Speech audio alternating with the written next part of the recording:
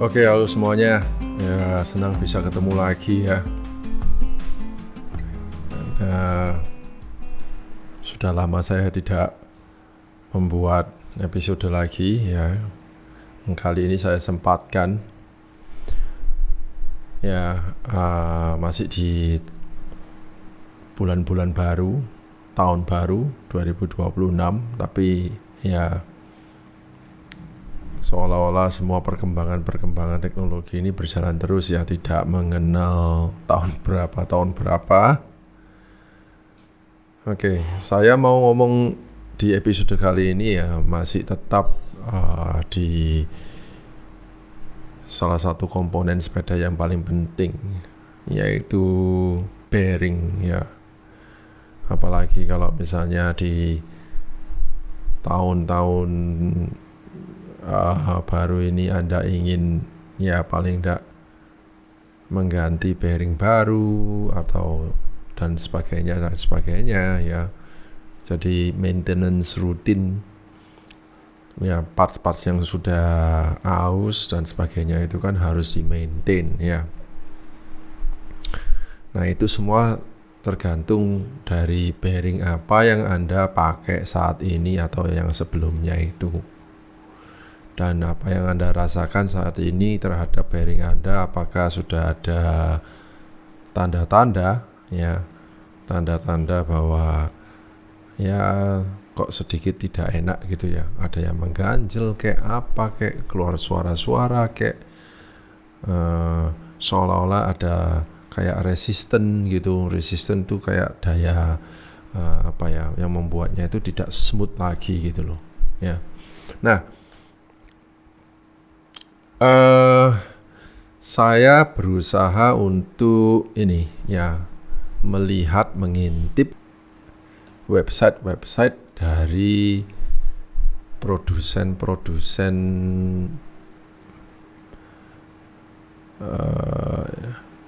bottom bracket ya. Produsen bottom bracket ini dia sedang gencar-gencarnya juga ya sebentar. Oke, di sini saya lagi browsing Shimano ya, bottom bracketnya Shimano. Ketika saya ketik Shimano bottom bracket atau Shimano bottom bracket bearing ya, maka keluarlah ini press fit bottom bracket dari Shimano. Aduh, simple sekali websitenya. Seolah-olah kayak Shimano itu tidak minat, tidak peduli ya. Saya membuat bottom bracket ya seperti ini, warnanya hitam. Wes, lu mau beli ya, lu nggak mau ya sudah. Tapi jangan salah, apa yang diproduksi oleh Shimano ini awet sekali, tahan lama, tidak pernah rewel sampai pemiliknya sendiri yang ingin menggantinya tidak rusak-rusak. Contohnya saya ya, saya menggunakan Shimano bottom bracket di sepeda saya yang Scott Scale itu. Dan sampai sekarang walaupun diajar kayak apa, tidak ada apa-apa. Tidak ada problem apa-apa dan saya puas ya. Tapi bagi Anda mungkin yang menggunakan lain dan sudah merasa ada suara-suara atau apa-apa dan ingin mengganti misalnya ya. Nah, barometernya adalah Shimano. Kita lihat dulu produknya Shimano itu seperti apa ya. Ini nggak ada apa-apanya, nggak ada variasi apa-apanya ya. Shimano punya dua tipe bottom bracket, yang press fit dan yang threaded ya. Ya, Anda harus cek dulu dengan mekanik Anda memakai yang apa. Dan harga sebuah bottom bracket miliknya Shimano yang kelas Dura-Ace aja itu sekitar 250-300 ribu. Bayangkan sekelas Dura-Ace loh. Ya, bahkan ada bottom bracketnya Shimano yang semurah di bawah 200 ribu. Ya kalau menurut saya sih, ya begitulah harusnya Shimano peduli sekali dengan rakyat mayoritas yang bersepeda. Oke. Nah, kita lihat yang third party ya. Mereka yang membuat bearing-bearing lainnya. Contohnya aja misalnya Tripic. Lihat. Begitu meriahnya Tripic. Banyak sekali variasi-variasi. Ya, tipe-tipenya paling lengkap. Tripic. Ya, ada seri apa aja. Wah, sudah wes. Lihat. Banyak sekali. Aduh, saya enggak usah menjelaskan satu-satu ya. Saya juga bisa bingung. Saya juga pernah memakai Tripic ya. Dan saya tidak merasa bahwa Tripic ini lebih bagus, lebih baik dari Shimano loh. Ya. Tapi harganya Tripic bukan harganya Shimano. Tripic yang standar aja sudah harganya 2 kali 3 kali lipat lebih mahal daripada Shimano. Apalagi yang seri Jetstream ini, misalnya Jetstream ini, harganya sudah $270. Artinya kalau dirupiahkan ya sudah 3 juta. Ya, ini yang seramik ya.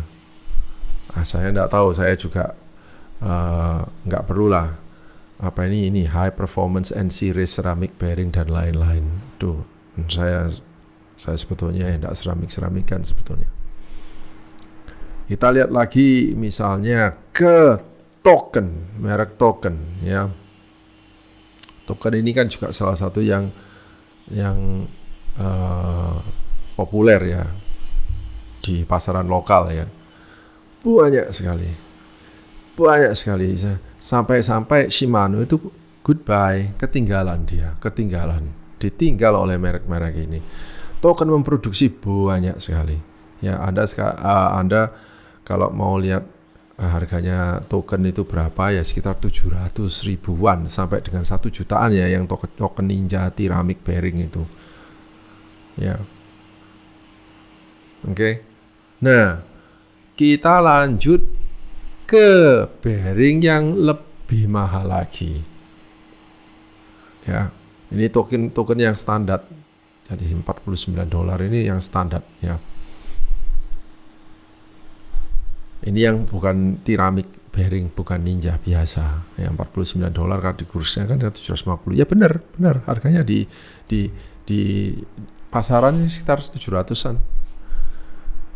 Oke, kita lanjut ke Ceramic Speed. Aduh, udah nggak usah ngomong kalau Ceramic Speed. Harganya itu sudah, lihat, €389 itu hasilnya 5 jutaan. Ya bener.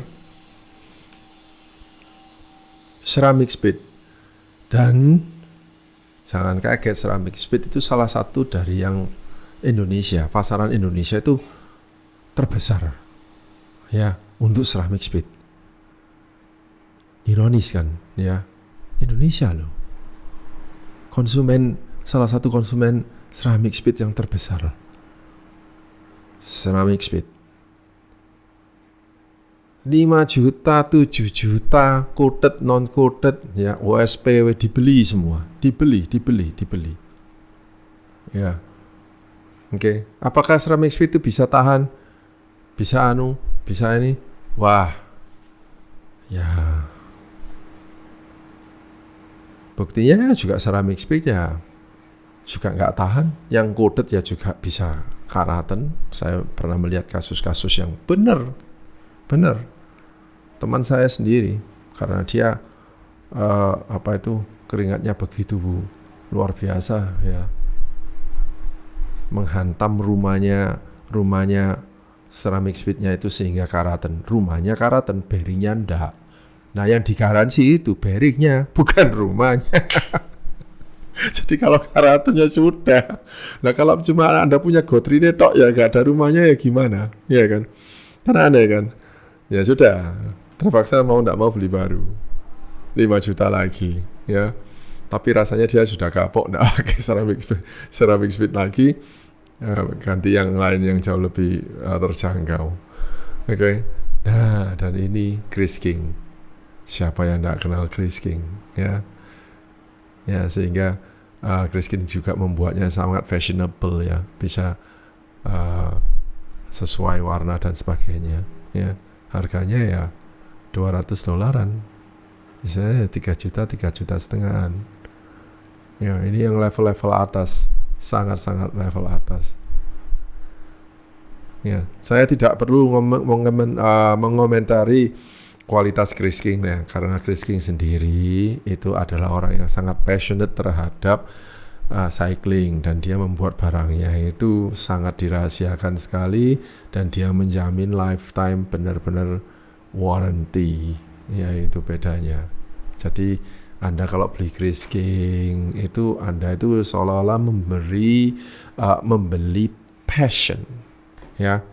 Jadi passionnya itu yang Anda beli itu ya. Saya teringat juga waktu itu udah lama sih, ada satu brand minyak pelumas otomobil dari Prancis, yaitu Motul ya. Motul waktu pertama kali masuk di Indonesia itu, mereka waktu presentasi itu saya jadi penerjemahnya ya. Bukan penerjemah Prancis ke Indonesia, bukan, tapi English ke Indonesia ya. Jadi saya tanya, apa sih bedanya Motul yang standar dengan Motul yang passion? Karena yang kelas passion itu harganya bisa 3-4 kali lipat daripada yang standar. Misalnya yang standar 50.000, yang passion itu bisa 300.000 per liter. Pada saat itu loh, tahun 90-an loh. 90-an itu sudah berapa tahun yang lalu? 40 tahun yang lalu. Ya, hampir 40 tahun yang lalu waktu itu. Jadi waktu itu saya masih dalam masa-masa akhir perkuliahan saya waktu saya menerjemahkan itu. Jadi ya, siapa yang akan beli? Ya mereka yang punya passion ya. Jadi kalau misalnya bicara soal passion, wah ya wis repot, kita nggak bisa. Ya sudah belilah Chris King. Kalau misalnya Anda sudah punya passion, belilah ceramic speed. Kalau misalnya Anda ingin mencicipi hal-hal yang begituan, nggak apa-apa ya. Terus di samping itu ada yang Cane Creek ya.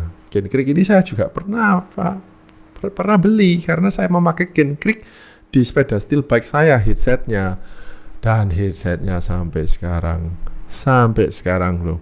Itu sepeda yang saya pakai traineran tuh di Elite itu yang saya bikin itu headsetnya pakai Cane Creek ya.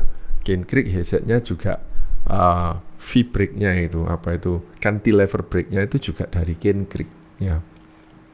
Waktu itu saya beli Cane Creek itu headset bearingnya saja itu 1 juta lebih gitu. Dan ada tulisannya Cane Creek dan ada logonya kadal gitu. logonya kadal Cane Creek itu. Wow ya. Jadi memang benar Cane Creek itu sudah sampai sekarang nggak ada apa-apa, walaupun kena keringat dan macam-macam ya. Saya merasa masih smooth dan sebagainya ya. Jadi berapa ya saya serahkan ke Anda aja ya kan. Jadi seberapa Anda mempunyai passion terhadap sepeda Anda. Jadi harga itu kok semakin blur ya sekarang ini ya. Jadi bagi Anda yang misalnya saya standar aja ya, saya beli yang 100 ribuan aja ya, silakan, no problem. Karena kalau Anda search di Shopee ya juga banyak ya bearing-bearing yang harganya 100 ribuan bahkan di bawah itu ya. Jadi misalnya Anda tipe orang yang suka utak-utak dan nggak apa-apa lah, misalnya kita lihat nanti 3 bulan gimana, 6 bulan gimana gitu. Oke, tapi kalau misalnya Anda adalah orang yang saya mau beli satu dan bisa bertahan lama, ya Anda tahu kan yang mana yang Anda beli. Tapi sayangnya Shimano kayaknya tidak membuat bearing untuk headset, yaitu. Jadi Shimano hanya membuat bearing untuk bottom bracket, ya. Ya sudah, karena Shimano memang nggak peduli, ya di pasaran merek-merek lain banyak ngapain, ya. Jadi ya, tapi kalau saya sih begitu bersangkutan dengan bottom bracket, saya selalu cari Shimano dulu. Kalau ketemu ya sudah, saya lupakan merek-merek lain. Saya juga bukan orang yang passion kayak apa ya, enggak. Karena saya semua sudah pernah menikmati. Cane Creek sudah pakai, token pakai, rotor pakai, dan semuanya pakai. Cane Creek sudah tahu ya. Cuman Ceramic Speed sama Chris King aja yang saya belum pernah ya. Tapi ya maksudnya disitulah akhirnya saya mengambil kesimpulan bahwa gila, kalau Shimano aja sudah bagus, ya ngapain gitu ya. Jadi saya serahkan kepada viewer ya. Jadi kalau saya sih, saya menjadikan Shimano itu sebagai barometernya. Saya jadikan Shimano itu sebagai standar industrinya sepeda ya. Adakah yang lebih bagus dari Shimano? Ada, banyak. Tapi lihat dulu harganya berapa. Adakah yang di bawahnya Shimano? Pasti juga ada banyak ya, harganya di bawah Shimano. Telecehan di marketplace itu banyak sekali. Tapi lihat dulu mutunya bagaimana gitu. Ya. Begitulah. Jadi kalau misalnya sebagai referensi, misalnya Anda berikutnya akan membeli bearing-bearing ini, ya ingat Shimano, Tripic, Token, terus Ceramic Speed, Chris King, dan Cane Creek ya. Kalau misalnya Anda viewer punya satu merek-merek lain, ya silahkan. Oke. Begitu saja, biarlah semakin Anda menikmati bersepeda dengan komponen-komponen yang berkualitas dan harga terjangkau. Sekian, terima kasih.